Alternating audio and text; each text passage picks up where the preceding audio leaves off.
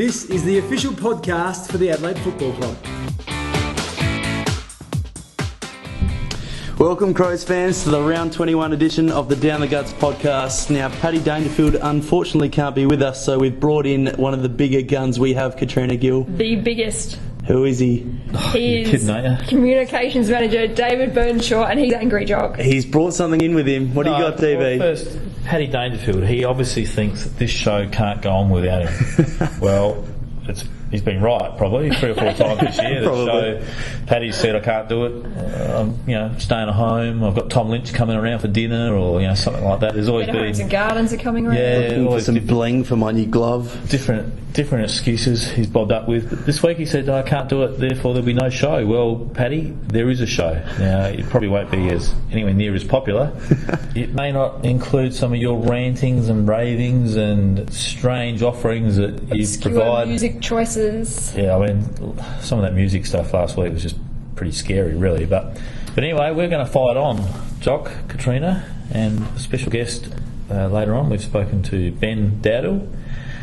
So we'll talk to him, and we'll talk about footy. But you're angry, David. Let's not beat around the bush. We've got that out of the way. It's not every day that you prepare a statement for 2 days, bring it in, and ask for some time to read it out. No. There's no reading out anything here, but I am a bit angry, I suppose. Frustrated is probably the word. It's to do with the draw and some of the stuff that's been said about it. And there was actually a story in the Melbourne newspaper this week that said that this year's premiership could be decided for the first time ever by the draw, and it was certainly having a bit of a dig at us and our draw, and I think it made some valid points.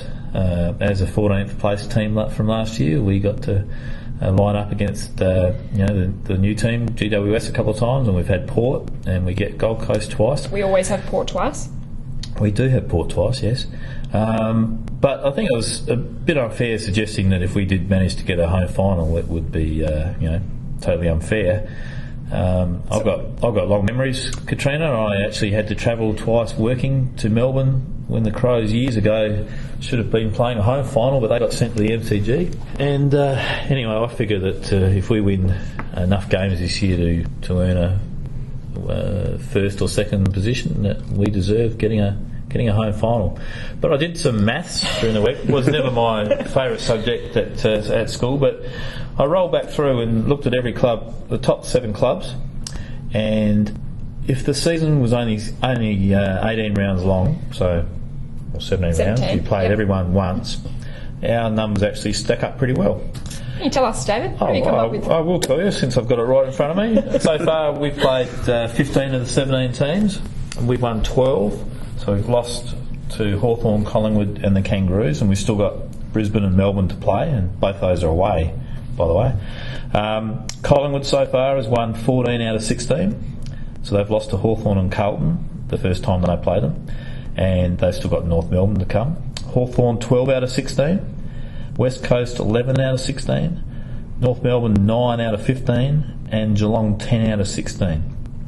So when you look at that, every team plays each other once. We actually stack up pretty well against the other teams that are up there at the moment. So, you could probably say that Collingwood have had a hard draw, and based on those numbers, if they win the next couple of games, they'll probably get a home final anyway in the first week. But I reckon if we get there, if we do enough in the last 3 games to get a top or second spot, I don't think it means that we're getting it without actually deserving it.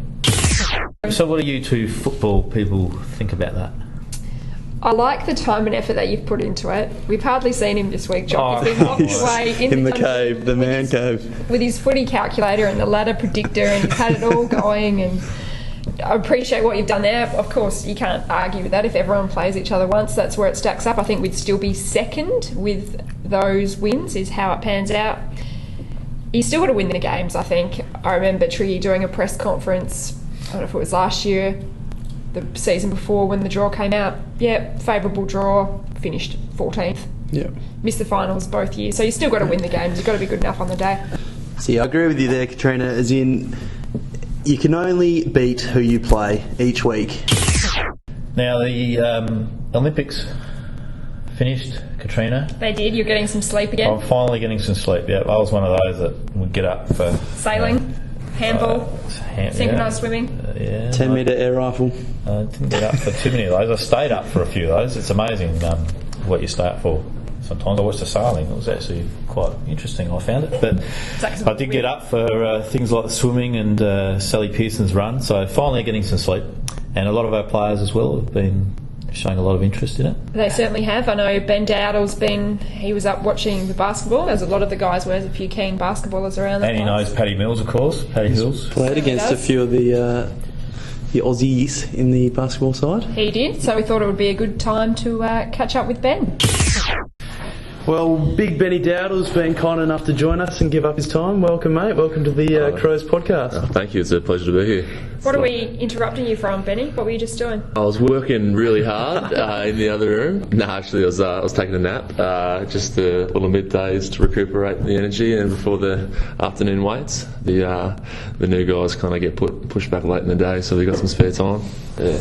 Now, Benny, bit of a different story, mate, with you joining the club. Tell us a bit about your background and being a basketballer. Yeah, well, this is my first year playing footy. I've been playing basketball my whole life, and eventually led up to the point where I went to play college basketball in America, and was there for 4 years in California for Santa Clara University, and just came back last year, about midway through last year, trying to look to play NBL back here, but things didn't really go the way I thought it would, and I was kind of ready for something new, and chose to try and play footy, and it went pretty quickly, and got picked up by the Crows almost straight away. So, yeah. Now, we love having you here, and you're going great guns. You're coming along really well in the time that you've been here. But watching the Olympics, do you get any itchy feet watching the Booms boys run around? A little bit. I mean, I do miss it a bit, but look, I love footy and love what I'm doing right now. And other people have asked me that before. Do you regret doing it? No, not at all. So I love it, and it's good to cheer on some of the guys that you've played with and against a lot. But it's I'm loving where I'm at, and yeah. Just the college lifestyle, is that right? The college lifestyle was good, probably a little too good, but still learning to get back into the professionalism that's required on and off the field with the Crows. So, things like diet and fitness and stuff has had to make a huge improvement. So. Yeah, no, it was a good time. I don't take it back at all. Sure. Good work, mate. What about your diet with the chocolate machine? We always see you all over Twitter with that. Yeah, well, that's more just I've got great skills on the chocolate machine. It's not about me eating the chocolates. It's about the challenge, and I'm pretty good. I can turn $2 into plenty of chocolates. So it's just when it's there, you just got to do it. It's just common sense, really. Now, mate, you were mentioning before. You actually played a bit of basketball against Paddy Mills, and how have you seen his career? Yeah, well, I mean, I played basketball back when we were in under 12s against him. He was playing for Canberra when I was playing for Shoalhaven, just in the junior leagues and stuff like that. And then we both got the call up to go to the Institute, and I lived with him at the Institute of Sport for 2 years, and then played in the junior Australian team with him, and then St Mary's was actually the rival college of Santa Clara, which was where we went, our separate ways, and so we even had a good couple of battles up there too. So so I have a bit of a history with Paddy, and I certainly remember back in the Institute days when he'd be walking around with the Crows scarf on and stuff like that. And I didn't even know the Crows were back then. So he's definitely a die-hard Crow, and so is his family and that. And so he's pretty pumped here and playing for him. Yeah. What did he think when you got picked up? Obviously, you just said you didn't even know who the Crows were, and playing for his childhood team. Yeah, no, he loved it. He said that when I spoke to him, he's hearing playing against the Sixers when he was playing for Melbourne. One game I caught up with him, and he said he's almost a bit jealous that I get to play footy, because he'd love to have a crack, but obviously it was a bit of an easier transition for me. I'm not quite as talented as him in basketball, so it's tough for him to walk away from what he's got, and he's doing amazingly now in the NBA and with the Boomers team. Now we've got a few former basketballers here. Who'd be the MVP basketballer from the Crow side? Oh, apart from myself, of course. I still back myself, coming off it so recently. But Joshy Jenkins was pretty good. He obviously was, on a list with Townsville, I think it was, back in the day, and that was actually when my brother was playing for Townsville. Okay. So there's a bit of a family connection there. But also, I guess the Ricky Henderson was real good that I played against back in the juniors national championships when he was playing Vic Country, I think it was. He was a gunner. He was a good player.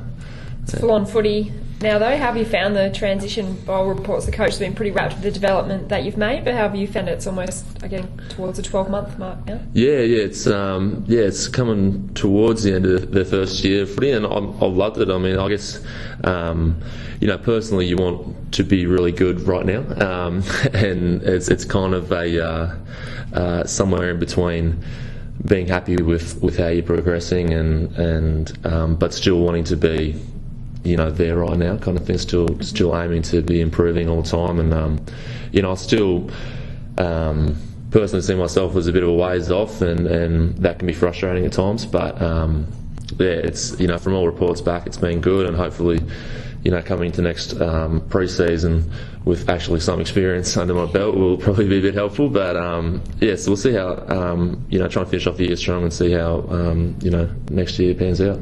Are there any particular teammates that you do a fair bit of work with? Does Sam Jacobs help you out with your ruck work, or? Yeah, all the big guys kind of do a bit of work together with Sam Jacobs, James Craig, Smack Tippo, Jenka. All the guys do a fair bit of work together with the ruck stuff and with some contested marking and that sort of thing. So yeah, everyone's pretty good and everyone's pretty keen to lend a hand and a tip here and there. So no, it's been good, and they've all been really nice and supportive of my position. Yeah. You mentioned the college life, but you did actually study a degree while you're over there. Oh, yeah. Quite a good sometimes, one. Yeah. I did shut up class every now and then. Yeah. Can you tell us what you're doing a bit of work away from the club at the moment? Yeah, well, I studied mechanical engineering over there, and luckily enough to finish it in the 4 years I was there, and so I just in coming back to Australia, I wanted to, I guess, get into the mining industry just because it's the huge amount of money that's in it and the boom that's going on there, and so obviously I couldn't really, on my spare day off, go down into a mine. So I had to, kind of do something in the industry. And I'm lucky enough to get onto the matches from Exact Mining, who are in the match houses, who are pretty big in the local SANFL arenas. And yeah, they've been good enough to help me out through the AFL and give me some work on the days off, and it's been good down there, and all the guys are pretty nice to me over there, and so it's good to just get a foot in the door and have something on the resume. So hopefully the degree's there, and hopefully I don't have to use it for a while, if all goes well with football, but just taking care of that sort of stuff as well. Well, thanks for coming in, mate. We're loving your development, and all the best for the rest of the year. Yeah, no, thank you. It's a pleasure to be here. Now, you two boys are off to Brisbane this week. A bit of sun up there, up north? Yeah, hopefully. It's been quite warm this week, but we go up on Saturday, so night game. I don't think we're going to have too much time to enjoy the sun up there, Joc. No, I think it should be a good game, though. Crows obviously had a great year so far, but Brisbane, a young, dangerous side up on their home paddock. They certainly are. Sorry, Katrina, to butt in there, but I do have memories of the last couple of years. Because stolen my stat. Stolen your stat. What is it? Cut me off, and now you can't remember. Basically, they've come down to the last kick or two. Last two games that we've played at the Gabba, combined total of 12 points. You remember VB kicking that ripping captain's goal, and Stiffy Johncock, I think, kicked one to put us ahead. Yeah, the VB goal was one of the best I've seen, and not just for the finish, because it was a fantastic finish. He still had to kick it from memory. I reckon it was 55 metres or thereabouts from the pocket. But the piece of footage that really showed how good it was from behind the goals, because he actually was involved in a play in the back pocket and ran all the way down and got on the end of the mark. So fantastic goal. Then last year's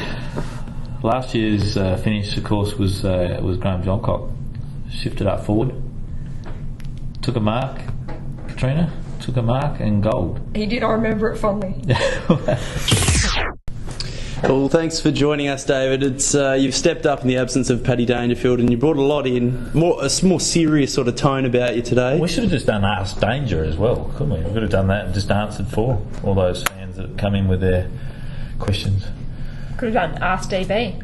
That would have been huge, wouldn't it? That would have set Twitter afire. Eh? But anyway, let's look forward to a big win for the Crows this weekend, and enjoy your weekend off, Kat. Thank you. I don't think it'll be a weekend off. I'll be covering from the Adelaide end, I would have thought. But yes, hopefully we get Paddy back on board next week after another win. Thanks for listening to the official podcast of the Adelaide Football Club.